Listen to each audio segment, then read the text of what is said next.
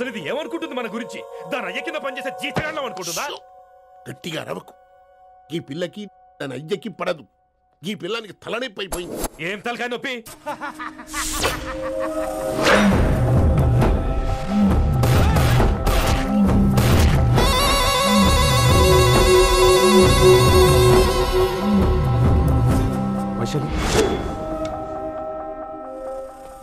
ఢిల్లీకి ఎందుకు వెళ్ళావు నువ్వు?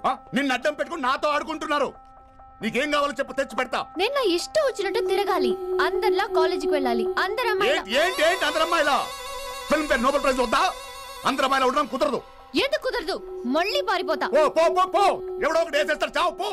ఇలా బతకడం కంటే అలా చావడమే మంచిది.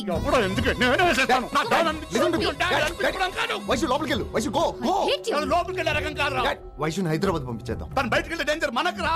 అక్కడ శంకరన్ ఉన్నాడు, తనకు కాలేజ్ ఉంది. She'll be safe. తను దూరంగా ఉన్నా మన కంట్రోల్లో ఉంటుంది. ఓకే, కొన్ని రోజులయ్యాక పంపించు. గది కూడా ముచ్చట.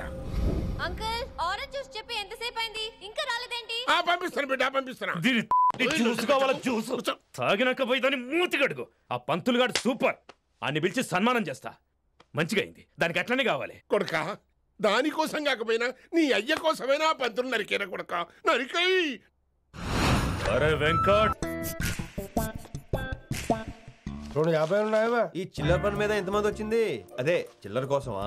చిల్లర కోసం వస్తారా? పొంగ అవసరం ఉండే ఆగినాం.